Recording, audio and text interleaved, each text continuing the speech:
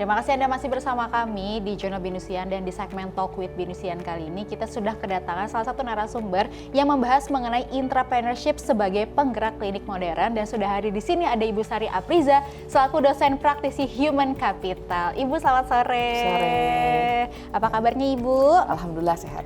Sehat terus ya Ibu ya. Nah, aku sebelumnya mengucapkan selamat dulu kepada Bu Sari yang telah lulus ya Ibu ya. Alhamdulillah. Telah menyandang gelar doktor, betul ya Ibu ya. Terima. Selamat Ibu atas pencapaiannya. Nah, pas banget di sini kita bakal ngebahas mengenai intrapreneurship yang menjadi materi utama atau tema utama dari disertasi Ibu Sari gitu ya.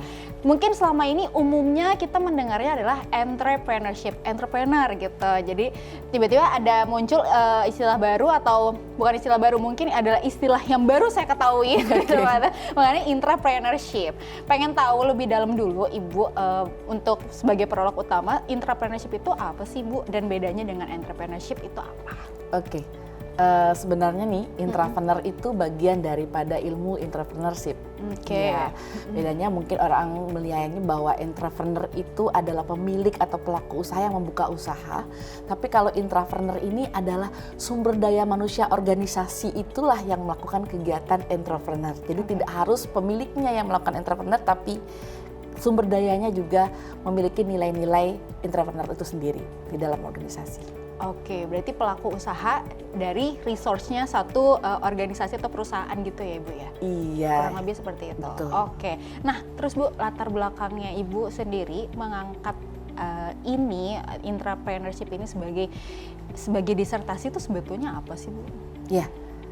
Awalnya karena pekerjaan saya adalah di Human Capital berhubungan dengan benefit kesehatan karyawan, di mana kita bermitra dengan para klinik-klinik tersebut.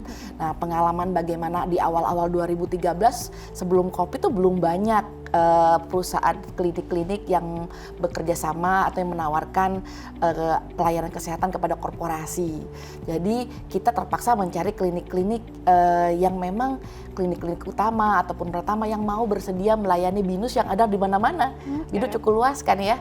Nah, itu yang menarik atas dasar melihat kok belum banyak ya, kenapa ya?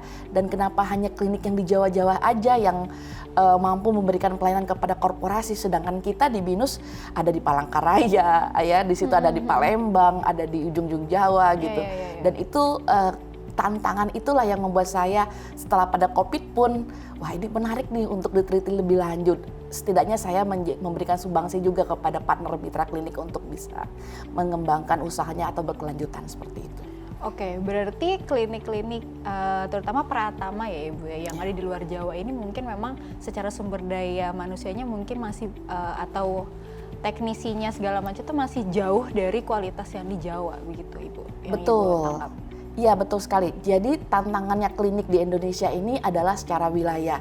Terjadi gap yang sangat besar di mana dari 88% klinik swasta yang ada di Indonesia, 60% sumber daya manusianya itu banyak di Jawa. Sehingga bayangkan dengan Jawa yang pulaunya kecil dibandingkan seluruh Indonesia, 60% numpuk di Jawa gitu. Jadi penyebaran tidak merata. Ini menjadi tantangan di Indonesia sebenarnya.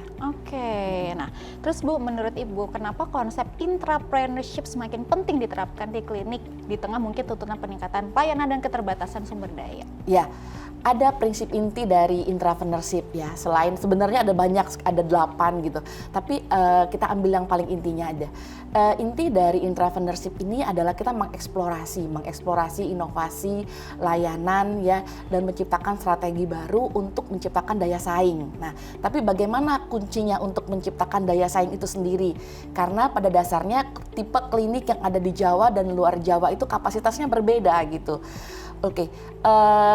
Prinsip dasarnya adalah setiap klinik atau manajerial klinik ini harus mampu bisa berani mengambil resiko dan membuat keputusan untuk membuat strategi baru.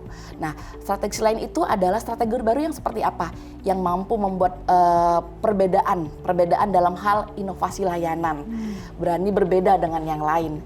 Yang kedua, mampu mengelola branch manajemennya dengan baik. Gitu ya. Dan yang ketiga adalah mampu bisa menciptakan sesuatu yang tidak hanya baru, tetapi bisa memberikan pengalaman yang menarik buat pelanggan, baik itu pelanggan korporasi, pelanggan private atau korporasi maupun pelanggan umum atau masyarakat pasien umum seperti itu. Oke, berarti semakin lebih ke memberikan kepada para karyawan ini tuh untuk bisa mengembangkan klinik itu, jadi nggak bergantung kepada ownernya kayak gitu ya. Betul. Bu, ya? Dengan mereka bisa berinisiatif untuk berkolaborasi dan membangun jaringan dengan mitra-mitra lain. Jadi mereka punya keinginan, oh kayaknya kita harus punya nilai-nilai marketing juga. Jadi tenaga kesehatan itu tidak hanya bertugas memeriksa kesehatan, tapi mereka memiliki jiwa nilai marketing, dalam hal ini adalah sebagai networker dan kolaborator. Jadi nilai-nilai marketing juga masuk tuh antara nilai kewirausahaan, nilai marketing, jadi satu sebagai nilai yang harus juga dimiliki oleh tenaga ahli profesional kesehatan untuk memajukan organisasi klinik tersebut. Oke, nah terus kalau bentuk nyatanya dari penerapan intrapreneurship di klinik itu kayak gimana sih, Bu? Saat ini sebenarnya penerapannya sudah cukup baik ya kalau di Jawa ya. Kenapa? Dari hasil riset kemarin hasilnya lumayan positif dan sangat signifikan bahwa intrapersonal capability ini sudah terimplementasi dan berimpact terhadap kinerja dari kemitraannya dari klinik ini sendiri. Artinya performanya bagus untuk menunjang performa dari klinik. Namun memang hasil yang menarik dari penelitian ini, dari hasil penelitian bahwa klinik yang ada di luar Jawa, kapabilitas berjejaringnya itu rendah. Jadi network capability-nya mereka untuk meningkatkan kemitraan itu sangat terbatas. Berbeda nih dengan klinik yang ada di Jawa. Itu temuan terbaru di Indonesia bahwa kalau dilihat berdasarkan wilayah pemetaan, dua Jawa dan luar Jawa tuh sangat menarik. Kapasitasnya sangat terbatas dan ini yang perlu ditunjang oleh pemerintah sebagai memiliki peran regulator dan juga peran fasilitator. Ya, artinya menetapkan kebijakan bagaimana membangun kemitraan atau berkolaborasi antar klinik itu sendiri ataupun dengan stakeholder yang ada di dalam ekosistem itu sendiri. Juga bagaimana mereka membantu mempertemukan para stakeholder di dalam ekosistem, terutama yang ada di luar Jawa, bertemu yang ada di Jawa. Artinya tidak hanya ketemu klinik dan klinik lagi ya, tetapi ke semua multi sektoral stakeholder yang ada di dalam ekosistem layanan kesehatan, termasuk adalah BINUS sebagai pelanggan korporasi, bagian dari ekosistem itu.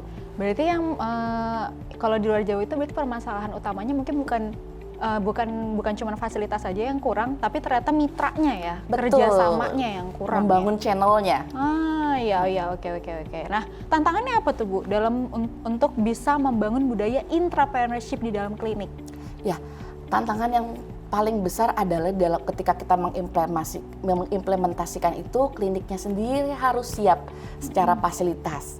Ya, dalam hal ini klinik harus bisa menaikkan standarnya, standar layanan, kemudian juga meningkatkan kapasitasnya dalam arti sumber daya manusianya sendiri, yang harus tidak hanya di training tentang kesehatan gitu ya, tetapi diedukasi juga bahwa pentingnya kegiatan-kegiatan yang berhubungan atau berkolaborasi dengan tidak hanya dalam ruang lingkup kesehatan, seperti suppliernya, seperti pelanggan atau masyarakat umum atau masyarakat korporasi, dalam hal ini perusahaan-perusahaan swasta. Iya, begitu. Oke, contohnya misalnya kayak mungkin kalau misalkan ada kerjasama satu klinik dengan perusahaan, mungkin bisa membuka kayak health day di BINUS. Iya, itu kegiatan CSR itu dengan korporasi itu akan membangun channel. Seperti itu. Nah, dampaknya lalu terhadap kualitas pelayanannya seperti apa, Bu? Dampak dengan misalnya nih suatu klinik sudah menjalankan intrapreneurship, yang mungkin salah satu nyata yang selalu dijalankan oleh BINUS adalah kan ada health day ya, Ibu ya. Iya. Kita contohnya itu yang salah satu contoh nyatanya. Nah, kalau misalnya itu diterapkan di luar Jawa, dampaknya apa sih Bu yang dirasain gitu? Iya, kolaborasi dalam inovasi layanan. Tidak hanya swasta, termasuk juga pemerintah. Contohnya dengan BPJS Kesehatan gitu ya. Kalau mereka semua ada di dalam sistem Kementerian Kesehatan, semua orang tahu bahwa ada klinik di dekat wilayah ini gitu loh. Jadi data kita itu, kliniknya itu bisa diakses secara digital. Jadi kalau saya cari tempat berobat itu akan lebih mudah. Kalau saya lihat di sini ada klinik juga loh gitu.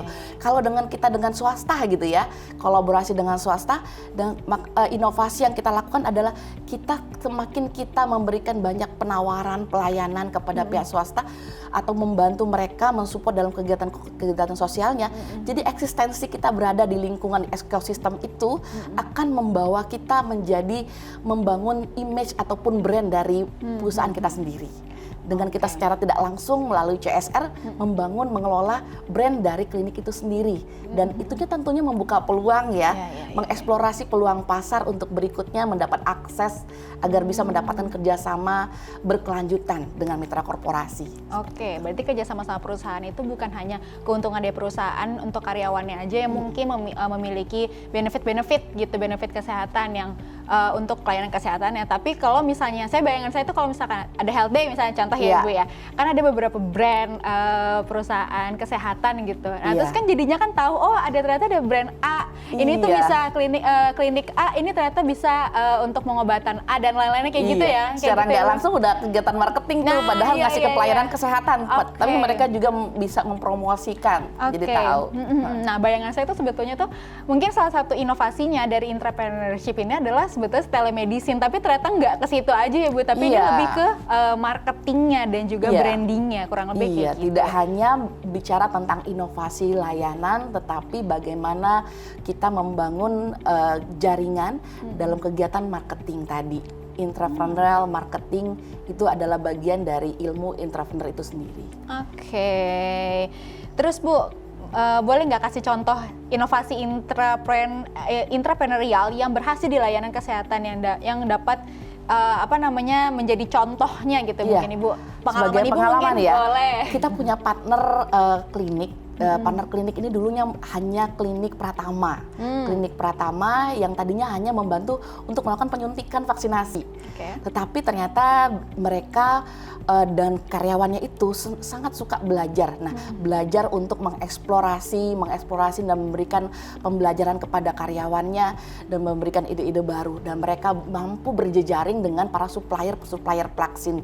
Pada akhirnya kita diberikan penawaran untuk melakukan kegiatan vaksinasi, dan mana harga mereka tuh lebih beda dengan yang lain karena mereka bisa memiliki channel langsung kepada prinsipal dari atau supplier langsung daripada jenis vaksin yang kita gunakan, dan ternyata berkelanjutan. Dan menariknya ini adalah awal sebagai portofolio dari klinik ini yang pada akhirnya dia tawarkan kepada semua perusahaan swasta lain yang memang sedang gencar-gencarnya, dan pada saat COVID pun itu menjadi sebuah image mereka sebagai klinik yang bergerak di bidang preventif kesehatan dan vaksinasi. Dan mereka membawa nama perusahaan kita sebagai partner yang berkelanjutan atau partner mereka yang menjadi hidden gem lah buat mereka gitu. Oke, emang benar-benar pandemi itu kemarin mengubah segalanya Ibu, salah satunya di bidang kesehatan, bukan hanya cuma aware soal kesehatan, tapi juga branding dan juga marketing dari klinik ya Ibu ya. Dan semoga ini disertasi Ibu mengenai entrepreneurship semakin membuka lagi ya wawasan kepada para klinik. Untuk bisa menjalin kerjasama sepenting itu ternyata, untuk menjalin kerjasama marketing kepada para perusahaan. Semoga ini bisa menjadi jembatan ya Ibu ya, dan bisa meningkatkan kualitas layanan di klinik di luar Jawa. Terima kasih ya Ibu ya, Ibu Sari atas waktunya ya. Dan Smart Viewers jangan kemana-mana, tetaplah bersama kami di Jurnal Binus Siang.